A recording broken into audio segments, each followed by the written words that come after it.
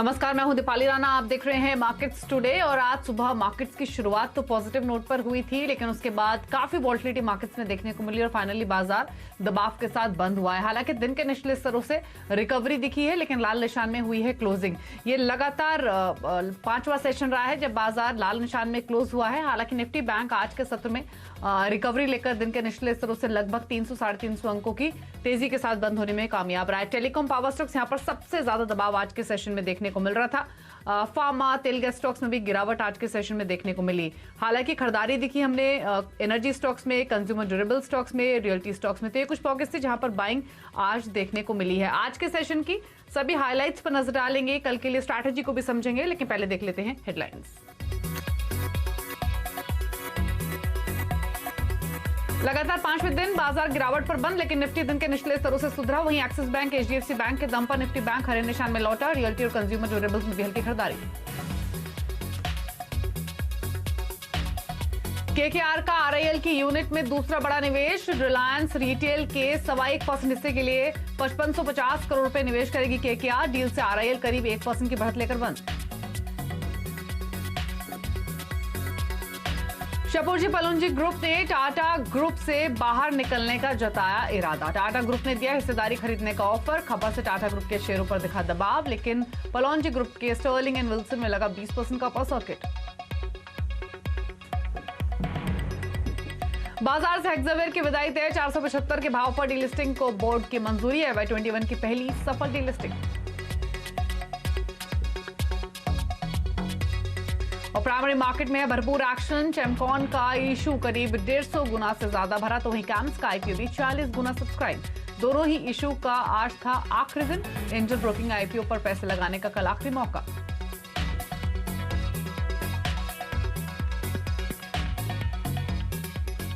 आज का सेशन काफी वॉलेटाइल सेशन और आखिर में दबाव के साथ बाजार बंद हुआ है। निफ्टी के 50 में से 30 शेयरों में आज गिरावट देखने को मिली है। वहीं सेंसेक्स के 30 में से 19 शेयर दबाव के साथ बंद हुए हैं। निफ्टी बैंक हालांकि दिन के निचले स्तरों से रिकवर हुआ, दिग्गजों से सपोर्ट मिला, लेकिन उसके बावजूद भी अगर आप निफ्टी बैंक के कॉन्स्टिट्यूएंट्स देखेंगे तो यहाँ भी 12 में से 8 शेयर्स थे जो कि गिरावट के साथ बंद हुए हैं। तो काफी उथल पुथल भरा सेशन था आज का।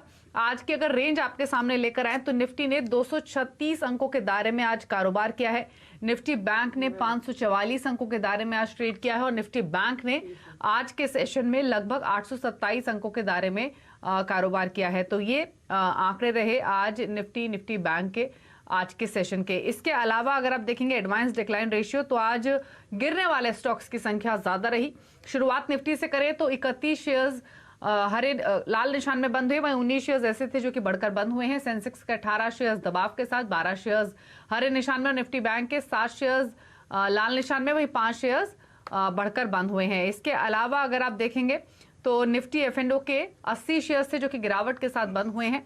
56 शेयर्स जो कि बढ़कर बंद हुए हैं। NSE के 854 शेयर्स बढ़कर बंद हुए हैं, 986 शेयर्स गिरावट के साथ। और BSE के भी 1218 शेयर्स बढ़कर बंद हुए हैं, वहीं 1415 शेयर्स जो हैं वो गिरावट के साथ हुए हैं बंद। अगर आज का कंट्रीब्यूशन देखेंगे तो रिलायंस इंडस्ट्रीज की ओर से एक समय में तो 30 अंकों से भी ज्यादा का कंट्रीब्यूशन आ रहा था तेजी की तरफ, लेकिन आखिर में 14 अंकों का कंट्रीब्यूशन रिलायंस इंडस्ट्रीज ने किया। HDFC बैंक की ओर से 11 अंकों का पॉजिटिव कंट्रीब्यूशन, इन्फोसिस की ओर से 10 अंकों का पॉजिटिव कंट्रीब्यूशन और HUL ने 5 अंकों का पॉजिटिव कंट्रीब्यूशन आज के सेशन में दिखाया। नेगेटिव कंट्रीब्यूशन रहा सबसे ज्यादा भारती एयरटेल की ओर से। भारती एयरटेल इनफैक्ट भारी दबाव में रहा। आज के सेशन में 8-9% की गिरावट हमने इसमें इंट्राडे में बनते हुए देखी और गिरावट के साथ ही इसकी क्लोजिंग हुई है। TCS जहां पर लगातार तेजी रहे, रिकॉर्ड हाई से आज मुनाफ वसूली देखने की मिली, तो 13 अंकों का नेगेटिव कंट्रीब्यूशन TCS की ओर से रहा। ITC ने 5 अंकों का नेगेटिव कंट्रीब्यूशन दिया और ICICI बैंक ने 4 अंकों का। आज के अगर आप टॉप ट्रेडेड काउंटर्स देखेंगे तो नंबर 1 था रिलायंस इंडस्ट्रीज, इसके बाद भारती एयरटेल जो कि गिरावट रहा जहां पर देखने को मिली। डॉक्टर रेड्डीज, TCS और HCL टेक ये कुछ स्टॉक्स थे जहां पर टॉप टर्नओवर आज के सेशन में दर्ज हुआ है। लेकिन कल के लिए अहम स्तर क्या रहेंगे, रणनीति आपकी क्या होनी चाहिए, इसी पर बातचीत करेंगे। हमारे साथ आज के जानकार मौजूद हैं। हिमांशु गुप्ता हैं हमारे साथ कल की स्ट्रैटेजी समझाने के लिए। साथ ही मेरे तमाम सहयोगी भी हैं। सुमित हमारे साथ मौजूद है, साथ ही यतिन भी मौजूद है। तो सुमित, बात करेंगे रिलायंस इंडस्ट्रीज की जो डील हुई है केकेआर के साथ, उसकी बारीकियां समझाएंगे, ब्रोकर हाउसेस का आउटलुक बताएंगे, यतिन बताएंगे डीलिंग रूम का चेक। लेकिन सबसे पहले निफ्टी बैंक निफ्टी पर फोकस करते हैं। हिमांशु नमस्कार, स्वागत है आपका शो में। पहले निफ्टी के बारे में बताइए। अभी सेंटिमेंट्स तो वीक हैं और ट्रेडर्स बहुत कॉशियस है। खरीदारी की अगर हम बात करें, वो आज के ट्रेंड में साफ तौर पे दिखा है। एक गैप अप ओपनिंग हुई जरूर, लेकिन बाजार उस ओपनिंग को होल्ड नहीं कर पाया। अब आप बताइए, डेटा देखते हुए, चार्ट देखते हुए, क्या इंडिकेशन मिल रही है कल के लिए? Good evening Deepali. बिल्कुल, देखिए क्लियरली अगर हम कल शाम की बात करें तो हमने कल यहाँ पर यही स्ट्रेटेजी सजेस्ट की थी कि अगर कोई गैप अप ओपनिंग मिलती है तो वहाँ पे बिकवाली करके चलें, क्योंकि अभी तक कोई किसी भी तरह का, पिछले कल तक किसी भी तरह का ट्रेंड कंफर्मेशन यहाँ पर तेजी के लिए नहीं था। और हूबहू वैसा ही हुआ। गैप अप ओपनिंग के बाद पहला 1 घंटे जो था वो पूरा बियर्स के नाम था। इनफैक्ट मैं कहूँगा लगभग entire day, trading day bears के नाम था। लेकिन आखिरी का 1 घंटा जो था, मैं कहूँगा क्लियरली यहाँ पर बुल्स की उसमें जो है वो पलड़ा उनका काफ़ी भारी रहा। और दीपाली, इंटरेस्टिंग बात यह है कि यहाँ पर 5 दिन की गिरावट के बाद निफ्टी बहुत क्रूशल सपोर्ट लेवल्स पर आ चुका है। 11,020 का आज लो लगा और 11,000 के आसपास साइकोलॉजिकल अच्छा सपोर्ट है। और हमने देखा कि मंथली एक्सपायरी से पहले पॉजिटिव ग्लोबल क्यूज के चलते लास्ट के 1 घंटे में बहुत अच्छी रिकवरी देखने को मिली। तो मैं कहूँगा कि हालांकि बड़े ट्रेंड के हिसाब से कोई लंबी तेजी की मैं अभी यहाँ पर बात नहीं करूँगा, लेकिन मेरा ऐसा मानना है कि 5 दिन की गिरावट के बाद बाजार एक रिकवरी के लिए तैयार है। और अब यहाँ पर जो रिस्क रिवॉर्ड है वो फ्रेश शॉर्ट के लिए मुझे लगता है कि अभी फेवरेबल नहीं है। तो कल की स्ट्रेटजी के लिए दीपाली, मेरा ऐसा मानना है कि बाजार थोड़ा सा अगर फ्लैट टू या नेगेटिव ओपनिंग मिलती है यहाँ पर लगभग 11,075 11,080 के आसपास यहाँ पर तेजी की पोजीशन बना के चलना चाहिए। 11,020 जो कि आज का लो था, उसके नीचे का एक स्टॉप लॉस लगाया जा सकता है। और अप साइड में मुझे लगता है कि यहाँ से 11,250 11,300 तक की एक रिकवरी रैली देखने को मिल सकती है, स्पेशली इतनी बड़ी डिक्लाइन के बाद। और जिस तरह से यहाँ पर तमाम जो हैवी वेट्स हैं बाजार के, वो अच्छे सपोर्ट लेवल्स पर आ चुके हैं। साथ ही साथ दीपाली, अगर बैंक निफ्टी की बात की जाए तो यहाँ पर भी हमने देखा कि आज बाजार 21,000 के नीचे भी फिसला और एक बार को काफ़ी अच्छी गिरावट यहाँ पर देखने को मिल रही थी।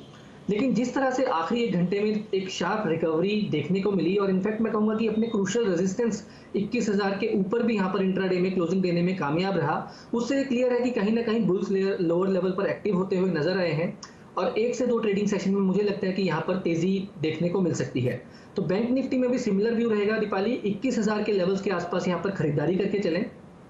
20,800 का एक स्टॉप लॉस लगाया जा सकता है। मुझे लगता है 21,500 तक के लेवल्स बैंक निफ्टी में भी कल के सेशन में देखने को मिल सकते हैं। तो मेरी दोनों ही इंडेक्स पर थोड़ा सा डिक्लाइन पर खरीदारी की राय रहेगी। ठीक है, तो ऑन डिप्स खरीदारी करके आप चल सकते हैं और लेवल्स आपको बताए हैं हिमांशु ने, जिन स्तरों के आसपास आप ये पोजीशंस बना सकते हैं। लेकिन इसके अलावा अगर आज के सेशन पर फोकस करें, की मूवर्स या फिर की ड्रैगर्स देखें, तो सबसे पहले तो भारती एयरटेल पर आपका एक आउटलुक चाहेंगे। पिछले क्वार्टर के अर्निंग्स जब आए थे तब बहुत फैंसी स्टॉक ये था, जहां पर रिटेल इन्वेस्टर्स हो, इंस्टीट्यूशंस हो, सबकी ओर से भर भर के खरीदारी हो रही थी। 600 के ऊपर भी ये स्टॉक गया था। लेकिन तब से लेकर अब तक इसने सिर्फ और सिर्फ गिरावट ही इसमें देखने को मिली। और आज आप देखिए 8% फिसल कर ये बंद हुआ है। बहुत सारे इन्वेस्टर्स हैं, ट्रेडर्स हैं, जिनके पास ऊपर की पोजीशंस हैं। क्या सजेशन है उनके लिए? दीपाली, देखिए ऑफ कोर्स आपने बिल्कुल सही कहा कि एक बार को ये सेफ हेवन स्टॉक था और जब बाजार में गिरावट देखने को मिल रही थी, इनफैक्ट मैं कहूँगा कि काफ़ी हद तक इसने बाजार को सहारा दिया था। लेकिन ग्रेजुअली पिछले कुछ हफ्तों से यहाँ पर लगातार लोअर लोज और लोअर हाइज का सीक्वेंस बनता हुआ नजर आ रहा था। स्टॉक क्रूशल मूविंग एवरेजेस के नीचे निकल रहा था और आज पर्टिकुलरली 460 रुपये का, जो कि एक मल्टीपल सपोर्ट था, जैसे ही स्टॉक उसके नीचे निकला एक अच्छी गिरावट देखने को मिली। मुझे लगता है कि नियर टर्म में दीपाली यहाँ पर थोड़ी अभी और गिरावट देखने को मिल सकती है। ट्रेंड यहाँ पर वीक है। 440 430 का एक अच्छा सपोर्ट था, बाजार ने आज उसको भी इंट्राडे में निकाला है। मुझे लगता है कि आने वाले दिनों में यहाँ पर 390 रुपये तक की गुंजाइश है। तो पहली सलाह ये रहेगी कि यहाँ पर फ्रेश खरीदारी से अभी बचें। यहाँ पर थोड़ी सी गिरावट और देखने को मिल सकती है। और जहां तक निवेशकों का सवाल है तो मुझे लगता है लंबी अवधि के निवेशकों को अभी इसमें बने रहना चाहिए। 400 रुपये 390 रुपये के आसपास यहां पर पोजीशन में ऐड कर सकते हैं अपने लंबे टाइम के पोर्टफोलियो के लिए। बाकी शॉर्ट टर्म में मुझे ऐसा लगता है कि अभी यहां पर थोड़ा सा और दबाव देखने को मिलेगा। ठीक है, तो शॉर्ट टर्म में दबाव थोड़ा सा और देखने को मिल सकता है। भारतीय एयरटेल में 433 के आसपास ये हुआ है क्लोज। सुमित हमारे साथ मौजूद है। सुमित से रिलायंस इंडस्ट्रीज की डिटेल्स ले लेते हैं, उसके बाद स्टॉक पर भी राय लेंगे। स्टॉक को इनफैक्ट लगभग 1% की मजबूती के साथ बंद हुआ है। सुबह तो इनफैक्ट 2.5% तक की मजबूती स्टॉक में हमने देखी थी। सुमित बताइए, एक और निवेशक का नाम जुड़ा है रिलायंस रिटेल के साथ, क्या डिटेल्स हैं इस डील की और ब्रोकर हाउसेस कैसे देखते हैं इस डील को? देखिए, रिलायंस इंडस्ट्रीज का शेयर जो है वो काफ़ी फोकस में रहा। कई सारे ट्रिगर्स के आधार पर शेयर में आज मोमेंटम ना केवल रिलायंस में बल्कि पूरे सेक्टर में ही आता हुआ दिखाई पड़ा। पहले दो अहम खबरें रहीं। एक, आज एक इम्पॉर्टेंट इन्वेस्टमेंट फिर से कंपनी के अंदर आता हुआ दिखाई पड़ा, जहां पे केकेआर ने कंपनी में रफली 5,500 करोड़ से ज़्यादा का इन्वेस्टमेंट किया। रफली 1.5% के आसपास के हिस्से के लिए ये इन्वेस्टमेंट किया गया है और ये दूसरा इन्वेस्टमेंट है रिलायंस रिटेल के अंदर और साथ साथ केकेआर का भी ये दूसरा इन्वेस्टमेंट है। तो जिस तरह से कंपनी के चेयरमैन ने पहले ये संकेत दिए थे कि आगे चल के एक बड़े लाइंड अप हैं कई सारे इन्वेस्टर जो कि रिलायंस रिटेल में रिलायंस जियो के बाद इन्वेस्ट कर सकते हैं, और उसी श्रृंखला में यहाँ पर एक और इन्वेस्टमेंट आता हुआ दिखाई पड़ा है और इसी इन्वेस्टमेंट को ब्रोकर्स ने भी काफ़ी पॉजिटिवली लिया है। एक पॉजिटिव रिपोर्ट जो आई है बर्नस्टीन की, उन्होंने ये भी कहा है कि उन्होंने अपने टारगेट्स को रिवाइज किया है। 2470 रुपये के टारगेट्स यहाँ पर आते हुए दिखाई पड़े हैं उनकी तरफ से।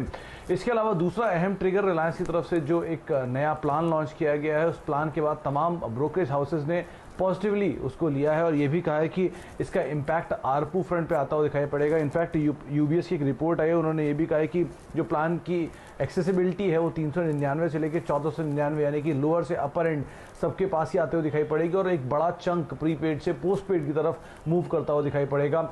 आपूस के लिए बेहतर है इस पूरे सेक्टर में, उन्हें रिलायंस जियो वेल प्लेस दिखाई पड़ता है और साथ साथ भारतीय वेल प्लेस दिखाई पड़ता है, लेकिन बाकी सेक्टर में दबाव आने की उम्मीद लगाई जा रही है। इसके अलावा सीएलएसए ने यह भी कहा है कि अभी ये कहना मुश्किल है कितने लोग प्रीपेड से पोस्टपेड में जाते हैं, लेकिन हाँ, इससे सेक्टर के जो आपूस है उसके अंदर एक चेंज आता हुआ दिखाई पड़ेगा और एक बड़ा गेम चेंजर हो सकता है कंपनी के लिए। तो मल्टीपल ट्रिगर, ब्रोकरेज हाउसेस की रिपोर्ट्स और उसके बाद इस शेयर में एक अच्छा मूव आता हुआ दिखाई पड़ा। साथ साथ टेलीकॉम स्पेस में बाकी कंपनियों के अंदर एक भारी भरकम प्रेशर आता हुआ दिखाई पड़ा।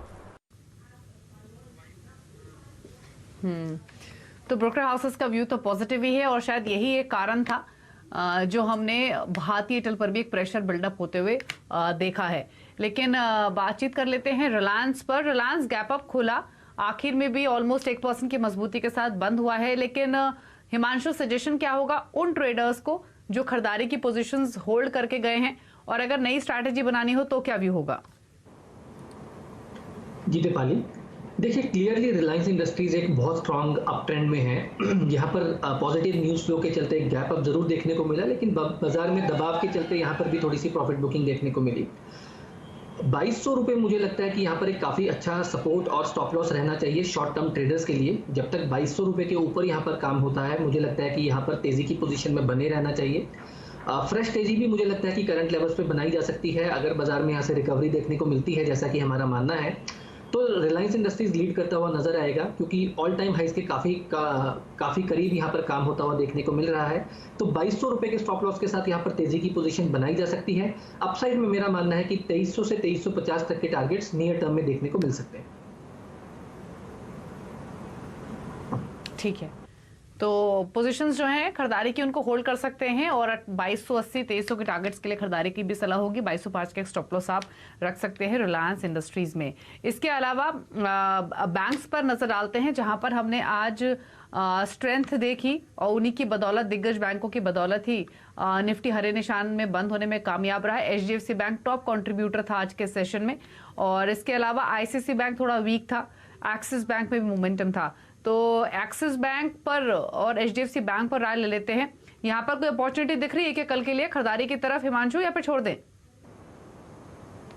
मेरा ऐसा मानना है कि शॉर्ट टर्म में दोनों ही बैंक्स में, और इनफैक्ट मैं कहूँगा काफ़ी और भी दूसरे बैंक्स ऐसे हैं जहां पर एक मोमेंटम प्ले किया जा सकता है लॉन्ग साइड में।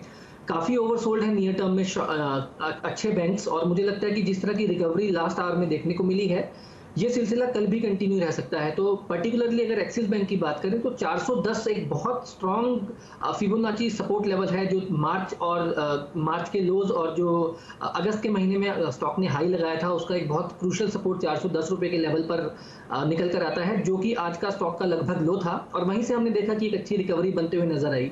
तो एक्सिस बैंक मुझे लगता है कि 435 440 रुपए तक के टारगेट्स के लिए खरीदारी करके चला जा सकता है। 410 रुपए का यहाँ पर एक स्टॉप लॉस लगाया जा सकता है। तो एक्सिस बैंक मेरी तरफ से एक प्रेफर्ड पिक रहेगी बैंकिंग पैक में कल के लिए। ठीक है, तो ये सजेशन एक्सिस बैंक पर, जहां पर 440 के टारगेट्स के लिए खरीदारी भी कर सकते हैं, एग्जिस्टिंग पोजीशन को होल्ड भी कर सकते हैं। 410 का आपको एक स्टॉप लॉस रखना होगा। आपने भी कुछ ट्रेड्स आइडेंटिफाई किए हैं हिमांशु कल के लिए?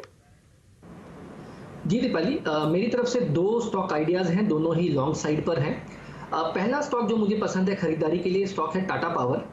तो दीपाली स्टॉक मुझे लगता है कि अपनी लगभग 60-62 रुपए के लेवल से एक अपनी करेक्शन पूरी करता हुआ नजर आया है। 50 रुपए के लोज यहाँ पर स्टॉक ने आज लगाए और बहुत अच्छी एक रिकवरी देखने को मिली है। तो मेरा ऐसा मानना है कि यहाँ पर स्टॉक में एक अच्छी खरीदारी देखने को मिलेगी और यहाँ से कल के सेशन में 56 से 58 रुपए तक के टारगेट्स देखने को मिल सकते हैं। तो टाटा पावर में खरीदारी की राय है। 53 रुपए के आसपास खरीदारी करके चला जा सकता है। 51 रुपए 80 पैसे का एक स्टॉप लॉस लगाया जा सकता है और 56 से 58 रुपए तक के टारगेट्स टाटा पावर में देखने को मिल सकते हैं। साथ ही साथ दीपाली जो दूसरा स्टॉक मुझे पसंद है कल के लिए वो है यूपीएल। स्टॉक की अगर बात करें दीपाली तो क्लियरली इतने दबाव में भी जब पूरा बाजार यहाँ पर काफी मशक्कत कर रहा था तो स्टॉक अपने हाईज के पास ही टिका रहा और एक कंसोलिडेशन पूरा करता हुआ नजर आया है। जिस हिसाब से स्टॉक प्लेस्ड है मुझे लगता है कि अगर थोड़ा भी बाजार में सपोर्ट मिला तो ये स्टॉक नए हाई बनाता हुआ नजर आएगा। यूपीएल में मेरी तरफ से खरीदारी की रिकमेंडेशन रहेगी। यहाँ पर 525 रुपए के स्टॉप लॉस के साथ खरीदारी करके चला जा सकता है। 540 545 तक के टारगेट्स यूपीएल में देखने को मिल सकते हैं। तो 2 ट्रेड्स आपको बताए गए हैं हिमांशु की ओर से, जिसमें आपको यूपीएल में खरीदारी की सलाह है, साथ ही टाटा पावर में भी बाय आप करके चल सकते हैं कल के लिए। अच्छा, क्विकली एफएमसीजी को देखेंगे, जहां पर हमने सिलेक्टिव स्टॉक्स में अच्छी खरीदारी देखी। आज आप देखिए Britannia, HUL, Nestle, Jubilant food works, यहाँ पर रुझान पॉजिटिव था। और इनफैक्ट आपको बता दें एफएमसीजी स्टॉक्स वापस से फ्लेवर में आते हुए दिख रहे हैं। कंपनियां एक्सपेक्ट कर रही हैं कि डिमांड यहाँ से फर्दर राइज होगी, इसलिए अपनी कैपेसिटी एक्सपेंशन एडिशनल 15 से 20% तक करने का भी प्लान करी। ब्रिटानिया ने, आईटीसी ने ऐसे इंडिकेशंस दिए भी हैं। HUL या फिर ब्रिटानिया, दोनों में से कोई बेहतर लग रहा है कि आपको खरीदारी के नजरिए से? हिमांशु, अगर कल की स्ट्रैटेजी रखनी हो तो? दीपाली पर्टिकुलरली अगर कल के ट्रेडिंग स्ट्रेटेजी की बात है तो मुझे लगता है दोनों ही स्टॉक अच्छे हैं। यहाँ पर हिंदुस्तान यूनिलीवर में भी एक अच्छा करेक्शन के बाद आज एक अच्छा सपोर्ट लेता हुआ नजर आया। स्टॉक जो है 2000 लेवल पर लगभग लोज बनाए और वहां से एक रिकवरी देखने को मिली। तो मुझे लगता है कि 2040 2050 के दायरे में वहां पे खरीदारी करके चले। 2030 के नीचे का एक स्टॉप लॉस लगाएं और 2080 2100 तक के ट्रेडिंग बाउंस के लिए HUL में खरीदारी करके चला जा सकता है। थोड़े से बड़े टाइम फ्रेम से मुझे लगता है कि अभी भी HUL में थोड़ा सा कंसोलिडेशन देखने को मिलेगा। तो इसकी बजाय अगर पोजिशनल पॉइंट ऑफ व्यू से कोई पिक हो तो मेरी प्रेफर्ड पिक रहेगी ब्रिटानिया में। यहाँ पर 3550 3500 एक बहुत स्ट्रॉन्ग सपोर्ट है और एक मुझे लगता है कि ये स्टॉक इसके नीचे नहीं जाना चाहिए। और आज लगभग स्टॉक ने 3550 के लेवल टेस्ट करने के बाद एक अच्छी रिकवरी भी दिखाई है। तो मुझे लगता है कि ब्रिटानिया में यहाँ से खरीदारी करके चला जा सकता है 3600 के लेवल्स पर 3550 के स्टॉप लॉस के साथ। और पोजिशनल नजरिए से मेरा ऐसा मानना है कि 3800 से 3850 तक के टारगेट जल्द यहाँ पर देखने को मिल सकते हैं। ठीक है, तो सजेशन आपको HUL और ब्रिटानिया दोनों पर मिला है। ब्रिटानिया पर पोजीशनल टारगेट होगा और साथ ही HUL पर कल के हिसाब से भी रणनीति आपको बताई है हिमांशु ने। ब्रेक के लिए रुकेंगे, ब्रेक के बाद यतिन से समझेंगे डीलिंग रूम का चेक। लेकिन ब्रेक में जाते जाते आपको बता देते हैं स्ट्रैटेजीज जो अब तक डिस्कशन हुआ उसके बेसिस पर हिमांशु का क्या सजेशन है। निफ्टी, बैंक निफ्टी दोनों पर इनकी ओर से कंडीशनल बाय है। 11,075 के आसपास अगर निफ्टी मिले तो खरीदिए। 11,250 के टारगेट के लिए 11,020 का स्टॉप लॉस रहेगा। निफ्टी बैंक में सिमिलरली अगर 21,000 के आसपास मिलता है तो आपको खरीदारी की पोजीशन बनानी है। 21,500 का टारगेट, 20,800 का स्टॉप लॉस। टाटा पार, यूपीएल, ये दोनों पिक्स हैं हिमांशु की। टाटा पार में टारगेट 58 का, यूपीएल में 540 545 के टारगेट्स के लिए आप खरीद कर चल सकते हैं।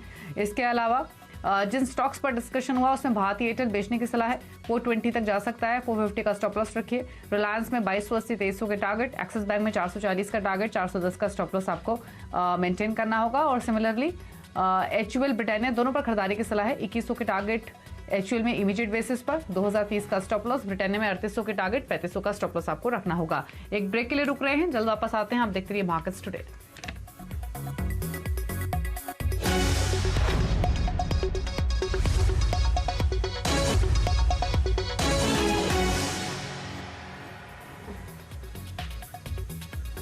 आप देख रहे हैं मार्केट्स टुडे। अब सीधे चलते हैं यतिन के पास, जान लेते हैं डीलिंग रूम का चेक। बताइए यतिन, कौन से स्टॉक्स हैं आज आपकी लिस्ट में? देखिए, आज जो डीलिंग रूम्स में स्टॉक्स की बात हुई है, उनमें सबसे पहले रैमको सीमेंट है और सीमेंट शेयर्स में हमने देखा है कि बहुत अच्छी जो है तेजी आज के सत्र में बनी हुई है। रामको सीमेंट्स ने आज अपने डेज हाई पे क्लोज दिया है और यहाँ डीलर्स को लगता है कि साउथ इंडियन मार्केट्स में जो है सीमेंट में दामों में बढ़ोतरी हो सकती है। और अगर आप डेटा भी देखें तो सीमेंट शेयर्स, खास करके रामको सीमेंट, अच्छे रोल ओवर सितंबर टू अक्टूबर सीरीज में हमको होते हुए दिखाई दे रहे हैं। इसके अलावा JSPL जो कि एक मिडिल स्टॉक है, हमने लगभग 10 से 15% रिसेंटली इसमें करेक्शन देखा है और डीलिंग को लगता है कि ये जो करंट लेवल्स हैं वो काफी आकर्षक हैं बाय करने के लिए। और स्टॉक ने आज अपने 100 DMA 100 दिन के मूविंग एवरेज 166 रुपए से एक रिवर्सल दिखाया है और डीलिंग को लगता है कि 100 DMA जो है इंटरमीडिएट सपोर्ट की तरीके से स्टॉक को मदद देगा ऊपर जाने के लिए।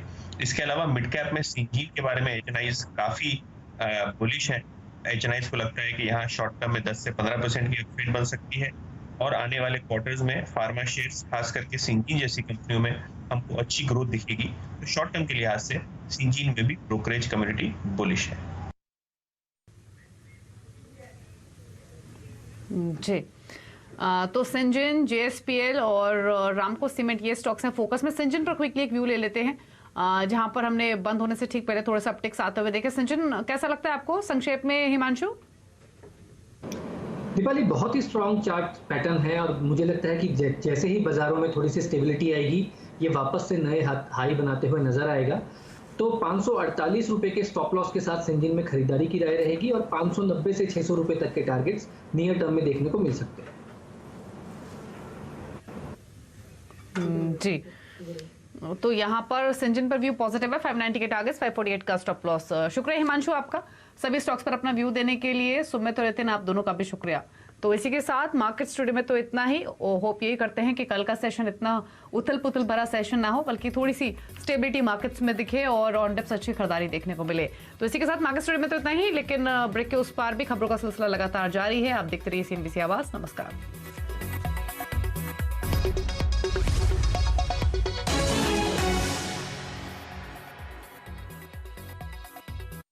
वीडियोस को देखने के लिए आप जरूर से सब्सक्राइब कर ले हमारे YouTube चैनल को। फ्रेंड्स, मिलते हैं अगले वीडियो के अंदर, जब तक के लिए गुड बाय।